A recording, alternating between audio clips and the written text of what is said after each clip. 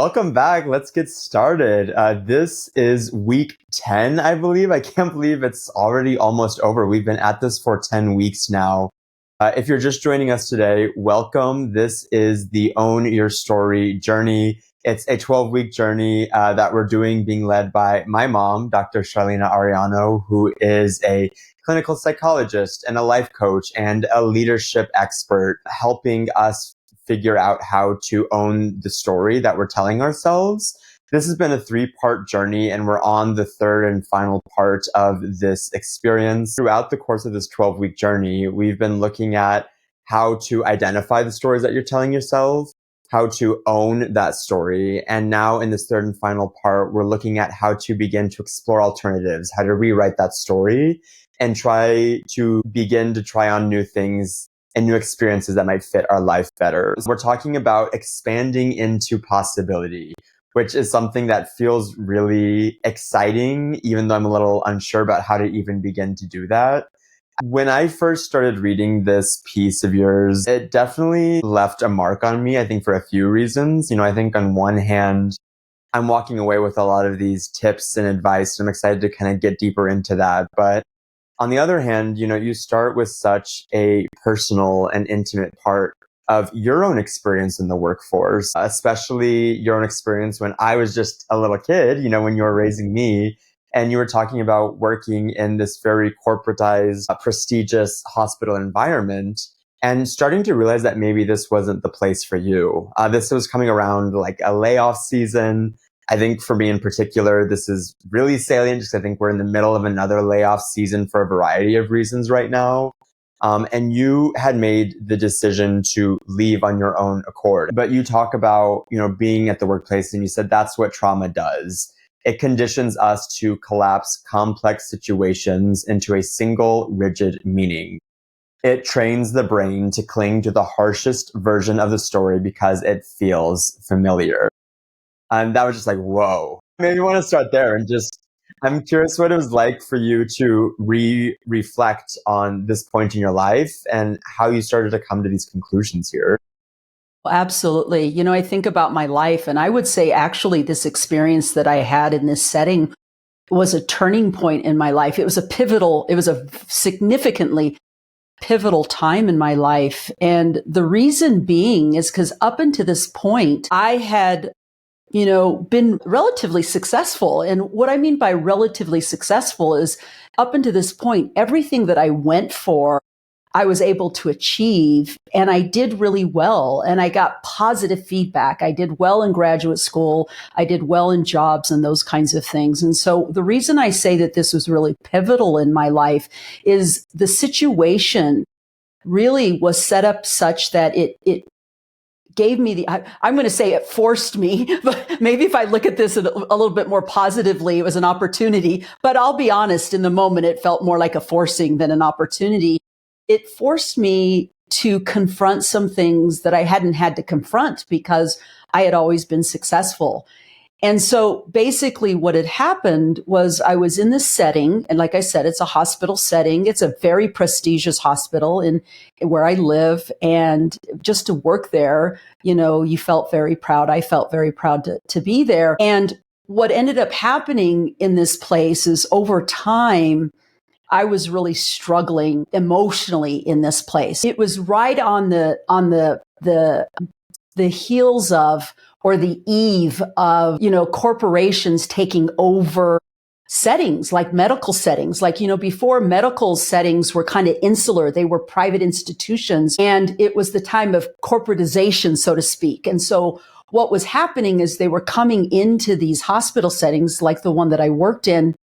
And first of all, I was already working my finger to the bone. I was working a lot of hours. As a single mother, it was really hard because, I would work, 50 hours a week, and then I would come home to take care of you. And so the setting itself, it was set up in such a way that I never felt like what I was doing enough. There was always somebody, the leadership always kind of barking in my ear. Numbers need to be higher. Numbers need to be higher. You need to see more clients. You need to be doing more of this, more of this, more of this, more of this.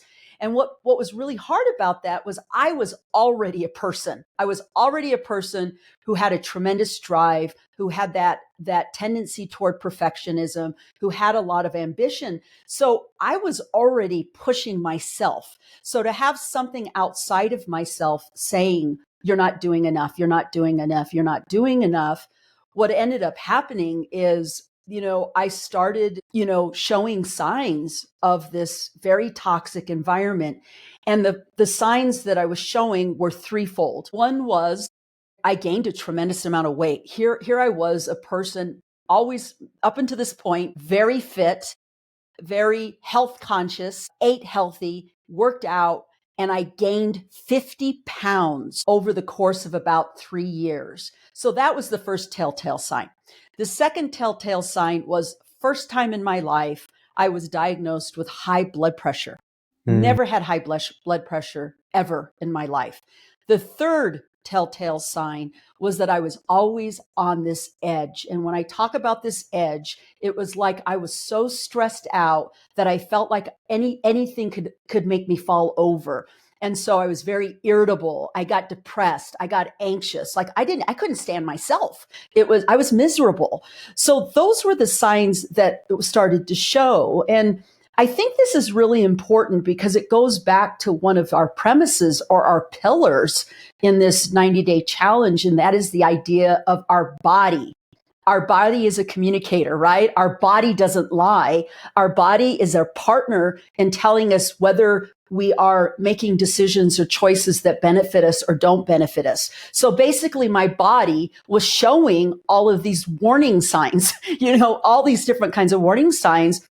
And I was ignoring them for quite some time. Why was I ignoring them? Because what was happening was that I was confronted with a very deep fear. And this fear overrode what my body was telling me. And that fear was, oh my God, I've got to provide. I got to provide for my child. I got to provide for myself. What am I going to do if I don't have this job? So I was definitely in some very old stories or narratives around survival and scarcity. Quite frankly, I was clinging to this job, even though this job was killing me. I was clinging to it. And so what ended up happening, and sometimes this happens, and, depending on your worldview, this may land or not land, but I really do believe that life shows us what we need. And sometimes it's a tap on the shoulder and sometimes it's a kick in the ass that throws you to the ground. Well, I got the kick in the ass because I was clinging onto this job. I was refusing to leave because of my fear. And then what ended up happening is this hospital hired a company to come in and basically clean house. They wanted to slash the bottom line. They wanted to cut costs. Well, the first place they went to was salaries. People who had larger salaries were cut. And so what really sucked about this experience is it would have been one thing if leadership would have come to me and said, hey, listen, Charleanea, it's not personal. You're doing a great job. We really appreciate your service. And the bottom line is we have to cut some corners and we're going to have to let you go. I think that would have been okay. But what they did instead was they started and by the way, this wasn't just me. It was basically every psychologist in this department they decided they wanted to get rid of. And some of us had been there much longer than I had been. And so the way they decided to handle this was to get into this place of micromanaging and just kind of under their thumb everything that they thought we were doing wrong or what we could do better. And it almost got to the point that it went from budget cuts to what felt like performance plans in a snap of a finger. And of course, that amplified my fear because on one hand, I had the fear of not being able to make it financially and take care of me and you. But on the other hand, I also had this fear of not being good enough, of not being enough. So it hit both of those fears. It got to the point where what was happening in my body and hearing this message in different ways of feeling like I was not good enough, it became unbearable and I jumped ship. It was basically like, I'm going to be in charge of my own demise. I'm going to jump off the ship. And if I fall to my death, it's going to be my doing. Nobody's pushing me off. And so that's what actually ended up happening. And I left. I wouldn't say it was exactly impulsively, because I was sitting on this decision probably for about 8 months. And it was this final kind of push from this department that it was like, I'm not doing this anymore. And I jumped. Wow. I mean, it's interesting to hear your story and to get insight into what it was like, especially when I was just a young kid and I didn't really get to really know or understand any of this. I feel like these experiences that you were having and the impact that they had on your body, maybe I could see that or remember parts of that or that shaped a lot of the way you raised me, I think, in some ways. And at the same time, I think as I'm listening to this, I'm also struck by how much I can relate to this story now, some 20-ish years later. Just like it's such a familiar story, like especially on the business corporate side, bringing in this external like consulting group to make decisions and cut salaries, cut people, and have that be tied to, micromanaging and these budget and performance concerns. Like, I think these are all buzzwords that probably a lot of people are really going to relate to. And even more specifically, I feel like a lot of the firsts that we're speaking to and that we're working with, people that are the first in their field, women of color, queer people of color, people that are first generation, that are often the first of their family in these spaces and having to bridge their home life and their professional life. This is unfortunately a very common reality for people. It's not just you that has been alone in this experience. And I think something that you're describing here is something that a lot of people know or can experience. Maybe it just feels like this is what it's like to, tread water, to swim, when you might not even realize that you're kind of kicking your own ass to be able to stay afloat in this water. You were a person, and you were also, I think, more than even just a person, you were really driven and motivated. I feel like that's also a very common first experience because you don't really have any other choice. We've talked about the way you were raised, the way that your parents were raised, and there was really no other option but to just hustle your whole life to be able to get to a place. And on top of that, the system wasn't really rewarding that. And it was just willing to chew you up and spit you out. And so I feel like I just want to name that that's not something that I think is just particular to you. It's just a lot of people that are experiencing that.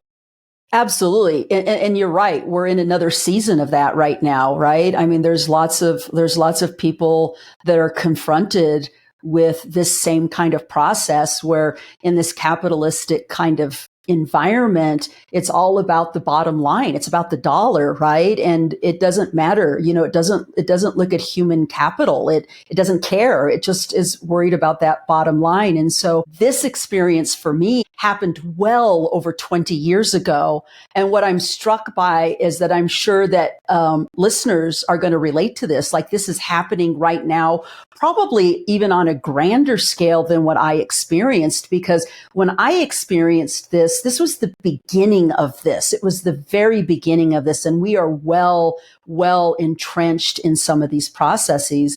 And with regard, one of the things that comes to mind for me, Estevan, as we're having this conversation as it relates to the first, is I think about, for me, like many firsts, we straddle survival and success. Success is not an option, it's an imperative. And it gets really linked to this idea of survival. And it's not only ours as an individual, there's this pressure, and it may be self-imposed, it may not be coming from families, but there's almost like there's this sense that my family's survival, generations of my family moving forward, is on my shoulders, and my being able to be successful becomes bigger because it makes my people feel they're not inferior, like they're less not enough. And so there's a lot writing on it. And so I think for me, when I share my story, the survival stuff comes up, right? The not enough stuff comes up.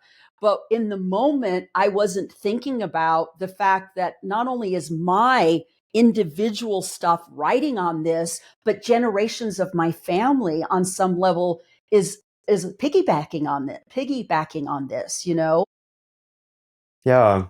You had talked about when you left, you might not have been able to like name all these experiences or these feelings that were coming up within you, but you did leave eventually. That kind of pushed you out. And that's not the path that everyone always takes or is able to take, but that's the path that you took at that moment. And I'm curious what it was like for you to begin to unpack some of these feelings, because I think for a lot of people that are stuck in this place, they can't even, like I said, they can't even name it. They can't even pinpoint this feeling that they have about not being enough or hustling too hard or tracing kind of more of these generational, trauma things that have happened to them. What was that process like of starting to identify these feelings and tracing back to where these stories were coming from? Absolutely. It's kind of funny. It makes me think of kind of the Monday morning quarterback phenomenon. This is very similar. In the moment, I didn't know what was going on. As a matter of fact, when I think about my own journey and I think about my own healing, I look at my own story and my own life, and I feel like there's been layers or chunks of healing. And, I had done a pretty big chunk of healing before leaving. And then this was an impetus for another chunk of healing for me. But in the moment, I didn't understand it. What I experienced in the moment was shame and fear. And shame was really about this idea that on some level, some deep level, the parts of me that had not healed yet, on some level, I believed the narrative that was kind of floating in the air. And the narrative, whether it was really imposed on me or whether I projected it, it was this shame around not being good enough. And not being good enough, it sounds so simple, but it's actually very, very nuanced and very layered and very complex, because not good enough means a lot of different things. It could be something around performance, like I'm not doing enough, okay? Or it could be on a level of my beingness, like me as a person, I am not enough. And this situation, I believe, was the situation that really opened up the doors for me to do some healing around my own not good enough stuff. Now, the irony is there's layers to this. I'm still working on the not good enough stuff. And it's like, it's almost, you think about a physical wound and how it heals in layers. It's like, this is my wound and I'm healing this in layers. And so this is still something that I work on and work on healing in myself, even to this day. Having said that, this experience at the hospital was the catalyst. This was the thing, that the impetus, but I didn't know it in that time. So I leave the hospital, and quite frankly, I'll be really honest, I shelved this, because guess what came to the forefront for me? It was, shit, I got to hustle. I've got to figure out how to make a living. Now, again, I'll be really transparent about my story. I jumped ship without a plan B, meaning I had no savings. All I knew in that moment was that I could not be there another day, that another day was going to kill me. It was going to kill my spirit. It might even kill me physically with the high blood pressure and being overweight. And so the fact that this situation was unbearable was the only thing that I was thinking of. And then I jumped ship. Then what I did is I had to rally. I had to figure out, how in the hell am I going to do this? Because I also took a really, really ginormous leap of faith, or it could have been a leap of fear. I don't know which one it was. Is I had to figure out how to do this without going into a system. So up until this point, I did the typical traditional thing. I went and got jobs. I worked in an academic setting. I was at a university. Then I'm in a clinical setting at the hospital. I was working for somebody else. And when I jumped ship, it was like, I got to figure this out on my own, because I'm not going back to those settings. They were awful. They were killing me. Don't want to be there. And so I got to figure this out. And so I would say probably the 5 years after that, 3 to 5 years, I hustled to build my own practice, to build my own business.